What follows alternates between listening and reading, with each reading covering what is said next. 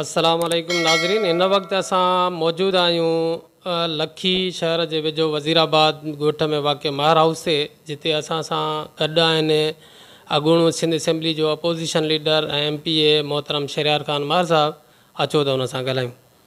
साईं, हीअ जेका मौजूदा कोरोना वायरस जे हवाले सां जेका वबा फैली आहे, उन जो लॉकडाउन जेको आहे उहो मुसलसल जेको आहे पहिरियां हफ़्तो कयो, वरी उनखे वधायो वियो, वरी ॿुधूं था अञा 14 तारीख़ खां पोइ कुझु वधाइण जा इम्कान। आख़िर आवाम खे केसि ताईं बंदि कंदव तव्हां? ॾिसो, अवाम खे बंदि करण जो मक़सदु हिकु त पहिरीं ॻाल्हि तव्हां सम्झो हिन वक़्तु इन मक़सद लाइ न आहे त अवाम खे को सज़ा ॾियणी आहे। हीअ जेको लॉकडाउन आहे अवाम जी ई बहितरीअ लाइ आहे, त जेतिरो हिक ॿिए खां इंटरेक्शन घटि रहंदो। हाणे इन में जेके प्रॉब्लम्स आया आहिनि, लॉकडाउन पंहिंजी जाइ ते सही आहे ऐं इहो ई हिन वक़्तु हिन जो हल आहे। पर हेॾी वॾी पार्टी सिंध जी जेका एॾो वॾो क़दम खणे ऐं ऐलान करे त लॉकडाउन था कयूं, बिलावल साहब APC सॾाई, APC जो डिसीशन मोकिलियईं त लॉकडाउन था कयूं, पर लॉकडाउन सां गॾु जेके उन जा असरात थींदा उहे बि गवर्नमेंट जी ज़िम्मेवारी आहे उन्हनि खे केटर करणु। गवर्नमेंट जंहिंमें बुरी तरह फेल थी आहे। CM साहब असांखे पहिरीं मीटिंग में गॾु सॼो हुयो हुते ऐं असां बिल्कुलु सपोर्ट कयोसीं इस लॉकडाउन खे। CM साहब जो जेको कॉन्सेप्ट हुयो त असां वटि को माण्हू बुख ते नथो मरी सघे, त असां सभिनी जो व्यू इहो हुयुसि अपोज़िशन पार्टीज़ वारो, इवन पंहिंजे गवर्नमेंट जो त सही, हफ़्तो 10 ॾींहं 15 ॾींहं ओड़े पाड़े मां माण्हू कढी वेंदो। उहो ॻाल्हि पियो करे रूरल एरियाज़ जी, शहरी इलाइक़नि जी न। ॿाहिरियालीअ में हुनखे कॉन्सेप्ट हो त अन वटो माण्हूअ खे मिले थो। असांजो बि इहो ई हुयो त हफ़्तो 10 ॾींहं त कढी वेंदो, पर अगरि वधे थो त स्टेट खे प्रोवाइड करणा पवंदा माण्हुनि खे राशन्स, माण्हुनि खे जेके जॉबलेस था थियनि, जेके ॾिहाड़ीअ ते था हलनि, उहे रोज़ु 500-700 कमाईंदा आहिनि, रोज़ु 500-700 खाई वेंदा आहिनि, त उन्हनि माण्हुनि लाइ तव्हांखे स्टेट खे ॾियणो पवंदो। चए ठीकु आहे, हफ़्तो 10 ॾींहं उन खां पोइ इहो कंदासीं। उन खां पोइ मुंहिंजे ख़्याल में 21 मार्च खां शुरू थियो आहे लॉकडाउन। अॼु 11-12 थी वई आहे अप्रैल, त 22 ॾींहंनि में सिंध गवर्नमेंट बुरी तरह सां फेल थी आहे माण्हुनि खे राशन प्रोवाइड करण में। इवन जेका डिस्ट्रीब्यूशन थिए थी हिते बि असां वटि लखी तालुके में होली सोली त न 50-60% पॉलिटिकल बेसिस ते थी थिए। आबिद ख़ान भयो रखियो अथऊं फोकल पर्सन, उहो न फ़ोन खणंदो आहे न कंहिंसां राब्ते में ईंदो आहे। DC साहब खे ॿुधायो अथसीं, इम्तियाज़ साहब ॻाल्हाए थो, ॿुधाए थो त असां तव्हांजूं कमिटीज़ ठाहियूं आहिनि, हिकिड़ी बि नोटिफिकेशन असांखे कमिटीअ जी न ॾेखारे सघिया आहिनि। जेके लिस्ट्स असां ॾिनियूं आहिनि उहे ई लिस्ट्स असांखे था ॾेखारनि। तपीदार हिते करप्ट क़िस्म जा 2-3 रखिया अथऊं लखीअ में, जेके इन शइ मां बि करप्शन था करनि। माण्हुनि खां पैसा वठी, अगरि इहो 2000 जो बैग आहे त माण्हुनि खां 500-500 वठी पंहिंजी लिस्ट ठाहे खणी आया ऐं DC साहब जे इंस्ट्रक्शन्स तहत उन लिस्ट तहत हिते लखी तालुके में विरायो अथऊं। अच्छा साईं, हे जेको इमरान ख़ान साहब जेको मुख़्तलिफ़ प्रेस कॉन्फ्रेंस या बयाननि में इहा ॻाल्हि करे थो त सिंध गवर्नमेंट जेको लॉकडाउन में जेको आहे तकड़ कई आहे, हालांकि अहिड़े क़िस्म जी सिचुएशन अञा न हुई, त इनखे तव्हां कहिड़ी नज़र सां ॾिसो था? न, मां त तव्हांखे पहिरियों ई ॿुधायुमि, सिंध गवर्नमेंट जो लॉकडाउन वारो फ़ैसिलो सही हुयो ऐं असां उनखे तंहिं महिल बि सपोर्ट कयोसीं।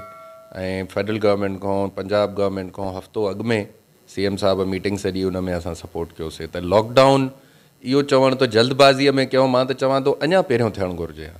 तव्हां ॾिसो, हे जेके हाणे बि डिज़ीज़िस फैली आहे, जेतिरी माण्हुनि में वई आहे, इहा लॉकडाउन न हुजण जे करे थी आहे। छो जो करे केतिरा माण्हू जेके इलीगल चैनल्स जे थ्रू ट्रैवल करे वापसि आया पाकिस्तान, इवन जेके लीगली आया, एयरपोर्ट ते बि को चेक न हुयो, उहे मोटी पिया अचनि, सॼे में फैलाए पिया वञनि, उन खां पोइ बीमार पिया थियनि, पोइ डॉक्टर ॾे पिया वञनि। त अगरि इहो लॉकडाउन 2-3 हफ़्ता पहिरियों थिए हा त शायदि इन जो बि बचाव थी वञे। हीअ जेको हिन वक़्तु जेका हिन असां वटि मौजूदा सिचुएशन आहे, इन में कुझु माण्हू जेके आहिनि उहे एहतियात कनि था, कुझु माण्हू जेके आहिनि उहे हथ बि मिलाइनि था। हालांकि उहे सरकारी मशीनरी जा माण्हू बि आहिनि, MPAs MNS बि आहिनि, नॉलेजेबल माण्हू आहिनि। त इहो एॾो सारो तज़ाद छो आहे? जीअं मां हिते जेको असांजे डिस्ट्रिक्ट में जेको मां घुमियो आहियां, उते सिर्फ़ु तव्हां बि हथु न मिलायो आहे, ॿिए दुरानियुनि हथु न मिलायो आहे, बाक़ी कमारिया आहिनि, भया आहिनि, इवन ॿिया आहिनि, उहे सभिनी सां हथ बि मिलाइनि था, सभिनी सां भागरो बि पाइनि था। त आख़िर उन्हनि खे कोरोना नथी लॻे त ॿियनि खे छो लॻंदी? लॻण न लॻण जी ॾिसो, हिकिड़ो पढ़ियो लिखियो ज़हन ईअं न सोचंदो आहे। लॻणु न लॻणु त हाणे कुदरत जे हथ में आहे, त कंहिंखे तव्हांखे लॻे, मूंखे लॻे, कंहिंखे थिए, इहो कुदरत इहो आहे। पर असांखे इहो मज़हबी तरह सां बि चयो वियो आहे त एहतियात त करिणो आहे न। हाणे स्टेट जूं हिकिड़ियूं इंस्ट्रक्शन्स निकितियूं आहिनि, असांजो सभ खां वॾो फेलियर छा आहे? असां सभु पाण ईअं थी वेंदा आहियूं त साईं असां चङा मुड़ुसूं, ख़बर आहे असांखे सिग्नल बंदि आहे, हल बाबा गाॾी कायल, गाॾी त न आहे न, मां छो हलां। छो फर्स्ट वर्ल्ड कंट्रीज़ तरक़ी थियूं करनि, उहे क़ाइदो कानून फॉलो था करनि. स्टेट जा इंस्ट्रक्शन्स आहिनि, हथ न मिलायो, घटि मेल जोल कयो, एहतियाती तदाबीर खणो, उहे फॉलो करणा आहिनि. जेको नथो फॉलो करे उहो ॼटकाए पियो थो करे, बेवकूफ़ी थो करे.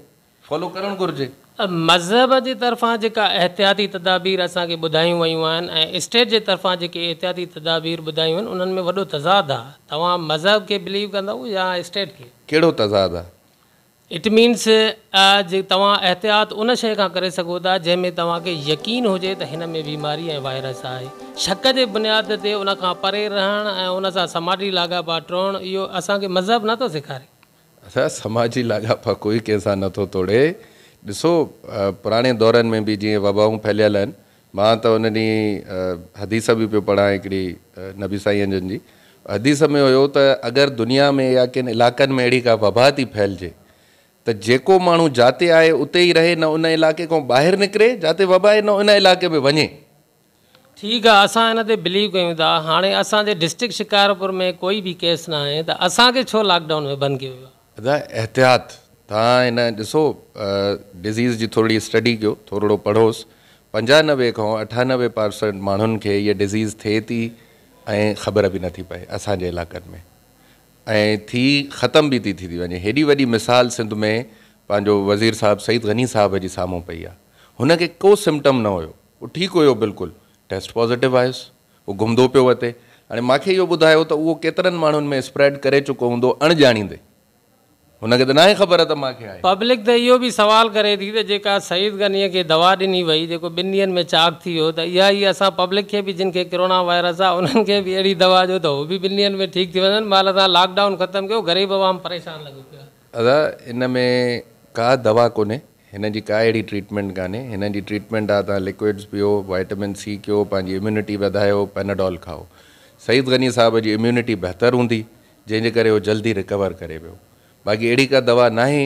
पर मां इहो जेको तव्हांजो तासुर थो ॾिसां त लॉकडाउन ख़तमु कयो, तव्हांखे रियलाइज़ेशन न आहे. ख़ुदा न ख़ास्ता अगरि इहा प्रॉपर फैलिजी वई. हिन वक़्तु अॼु सुबुह जी बि रिपोर्ट, पोयनि 4 ॾींहंनि खां अमेरिका में 2000 माण्हू रोज़ था फौत थियनि. हिन में 100 पाकिस्तानी फौत थी चुका आहिनि. मेन मुल्कनि जी 1000 जी अंग खरनि त 1000 माण्हू ॾींहं में. इंग्लैंड में 700 माण्हू थिया आहिनि. फ्रांस इटलीअ में माण्हू ईअं था वञनि 1200 1400. उते क़ब्रिस्तान ख़तमु थी विया आहिनि. उते एतिरी फौतगियूं थींदियूं न हुयूं. कल्ह हिकिड़ो इहो ई प्रोग्राम पिया ॾेखारीनि अमेरिका जो, त मास ग्रेव्स था ठाहिनि, डिघियूं वायूं कढी उन में पूरींदा था वञनि. न वॾनि न उन्हनि जे ख़ानदाननि खे हो थी थिए, न उहो न ख़बर पवंदी त केरु किथे पूरियल आहे. त इन जा तव्हां आफ्टर अफेक्ट सोचो, परकशन सोचो. ऐं इहा ॻाल्हि तव्हांजी बिल्कुलु आहे.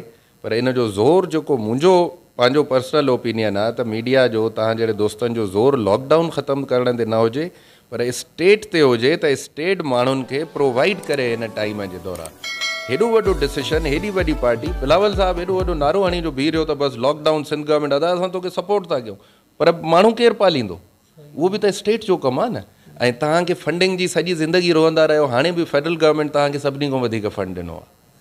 तव्हां उहो काॾे था कयो, कंहिंखे था ॾियो? अकाउंट त ॾिसो न, मुंहिंजे ख़्याल में अलाए केतिरा हिन में अची विया आहिनि. जेको CM वारो अकाउंट हो, ज़ाती माण्हुनि ॾाढा घटि ॾिना आहिनि. बेतमादी आहे पंहिंजी जाइ ते, पर सरकारी सभिनी जूं पघारां कटियूं, उन में वियूं. गवर्नमेंट रिसोर्सिस ॾिना, फेडरल गवर्नमेंट कॉन्ट्रीब्यूट कयुनि. त उहो एतिरो अमाउंट आहे. तव्हां माण्हुनि खे राशन उहो कंहिंजे लाइ रखी वेठा हो? असांखे त ॿुधण में आयो आहे त जेका असांजे सिंध में जेका हॉस्पिटल्स में फैकल्टी आहे उहा ई नाकाफ़ी आहे. जेके लेबॉर्ट्रीज़ आहिनि उहे सही रिपोर्ट जेका ॾियण जी ताक़त ई नथी हुन. सईद गनी साहिब जी बि रिपोर्ट में ईअं थियो आहे त जेका फस्ट रिपोर्ट आहे उन में उनजी जेका कोरोना पॉज़िटिव आई आहे, वरी ॿी उहा रिपोर्ट में जेको आहे उहा नेगेटिव आई आहे. त असल में उनजी जेका मशीन फैकल्टी आहे उहा ई हिते ताक़तवर न आहे. मां तव्हांखे ॿुधायां त जीअं कोरोना आई, असांखे जेका ब्रीफिंग कई वई CM हाउस में, इहे फैक्ट्स आहिनि. असां वटि सिंध में सवाइ इंडस जे ऐं आगा ख़ान बि कुझु एक्टिविटीअ खां पोइ, ऐं पोइ ओझा डाओ वारनि जो जेको हॉस्पिटल आहे, इन्हनि 3 हॉस्पिटल्स में सिर्फ़ु कैपेबिलिटी हुई टेस्ट करण जी, ऐं उहा बि ॾाढी लिमिटेड. ऐं टेस्ट बि ईअं थियणो हुयो त जेका एग्ज़िस्टिंग उन्हनि जी मशीन हुई, जेका ॿिया ब्लड टेस्ट बि कंदी रूटीन जे पेशेंट सां, उन में ई थियणो हुयो. त गुंजाइश हुई कोन. उन खां पोइ इहे सिंध गवर्नमेंट वरिता इक्विपमेंट्स. हाणे इक्विपमेंट्स त अची विया. हाणे हालत इहा आहे त असां वटि अॼु जेको सिंध गवर्नमेंट रियलाइज़ थी करे, जेको असां 12-15 सालनि खां हिननि खे चवंदा ईंदा आहियूं त बाबा नौकरियूं ॾियो माण्हुनि खे, इंडिविजुअल्स खे, इन ते ज़ोर न ॾियो, ज़ोर उन ते ॾियो त इंस्टीट्यूशन्स मज़बूत थियनि। हाणे हेल्थ डिपार्टमेंट में कैपेबिलिटी कान्हे त को माण्हू ट्रेंड स्टाफ हुजे जेको इहो टेस्ट करे सघे, कान्हनि। ऐं मशीन अॼु हिते पुॼी वेंदी, तव्हां ॾिसो सखर जहिड़ी जाइ ते बि मशीन न रखी अथऊं, हिन वक़्तु नाहे सखर में टेस्ट करण जी, लाड़काणे में बि नाहे।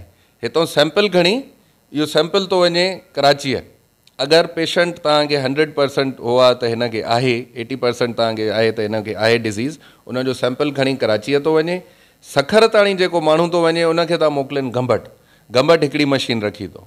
ऐं हाणे त उते सिविल हॉस्पिटल कराचीअ में बि रखी अथऊं ऐं उन्हनि जी सुठी कैपेसिटी आहे, माना उहो 24 टेस्ट 6 कलाकनि जे अंदरि हिकु मशीन करे थी वञे।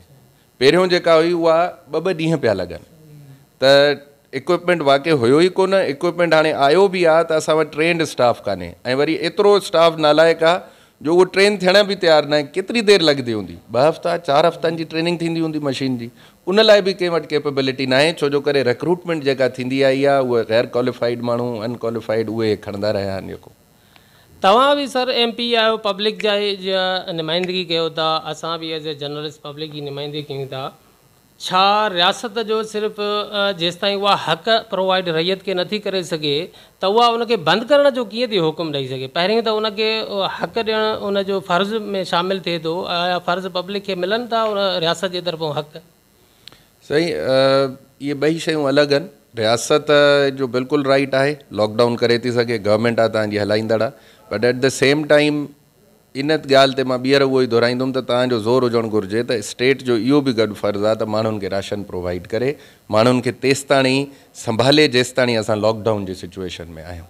हिन वक़्तु मुंहिंजे ख़्याल में 14 ॾींहं आहे, 13-14 ॾींहं आहे लॉकडाउन खे, त हिन वक़्त ताईं सिर्फ़ु पर वार्ड जेकॾहिं असां चऊं या पर UC चऊं त 60 या 68 माण्हुनि खे हू राशन सो बि 1 या 2 ॾींहंनि जो ॾेई सघिया आहिनि। त आया इन सां वधीक ग़रीब गुरबत ऐं बदहाली में इज़ाफ़ो थींदो? ग़रीब माण्हू परेशान आहे, बदवाऊं ॾिए थो रियासत खे, रियासत जे माण्हुनि खे, त आया उन्हनि जो थींदो छा? त उहो ई त मां यको ई ॻाल्हि थो कयां न, त सिंध गवर्नमेंट जो कमु आहे उहा प्रोवाइड करे पंहिंजे माण्हुनि खे राशन ऐं इहो हुजणु घुरिजे।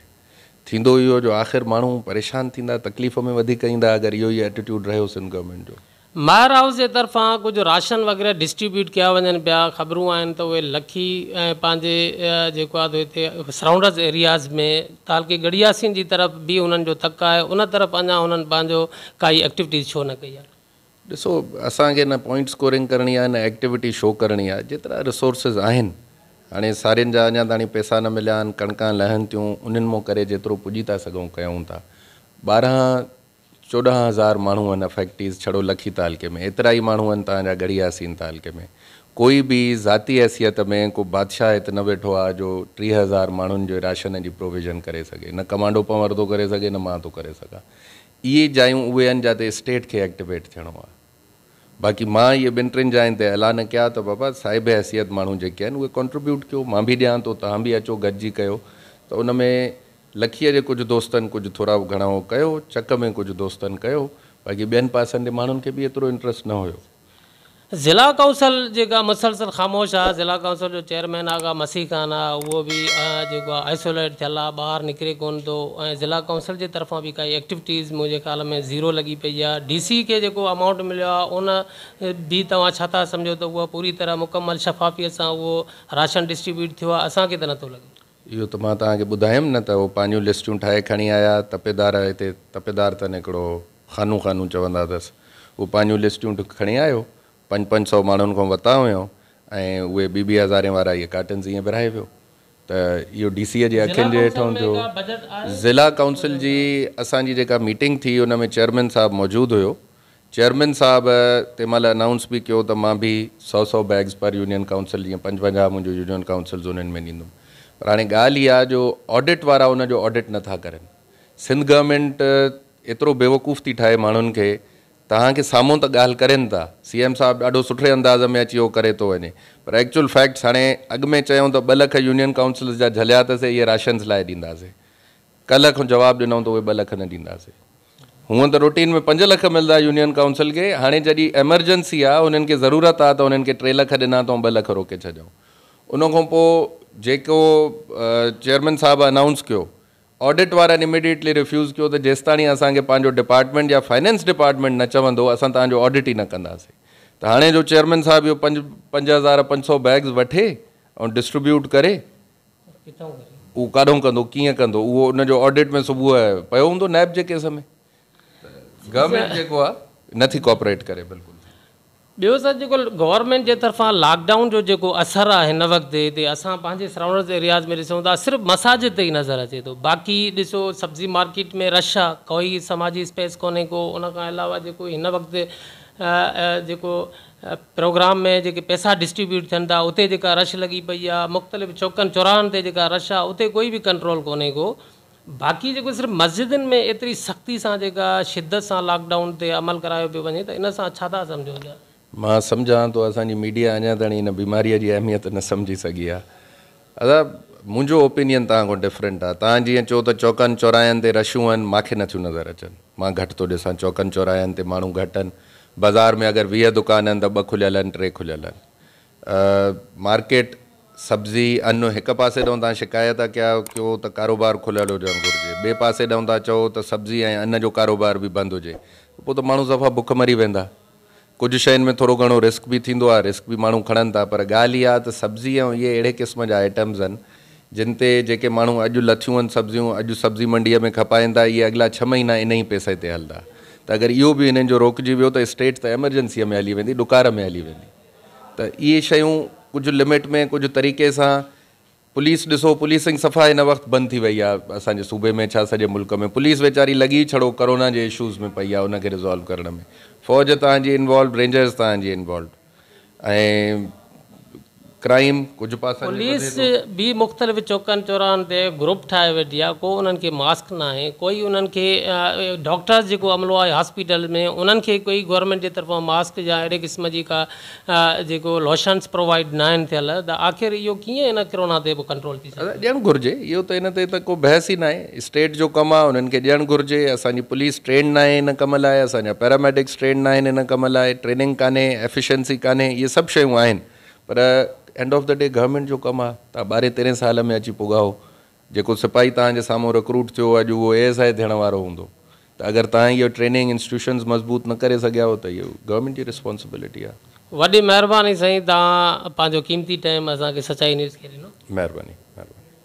नाज़रीन, जंहिं बि अञा ताईं असांजो ही न्यूज़ चैनल सब्सक्राइब न कयो आहे, उन्हनि खे गुज़ारिश आहे त असांजे हौसला अफ़ज़ाई जे लाइ प्लीज़ असांजे हिन न्यूज़ चैनल खे सब्सक्राइब करियो, लाइक शेयर ऐं कमेंट्स बि ज़रूरु करियो।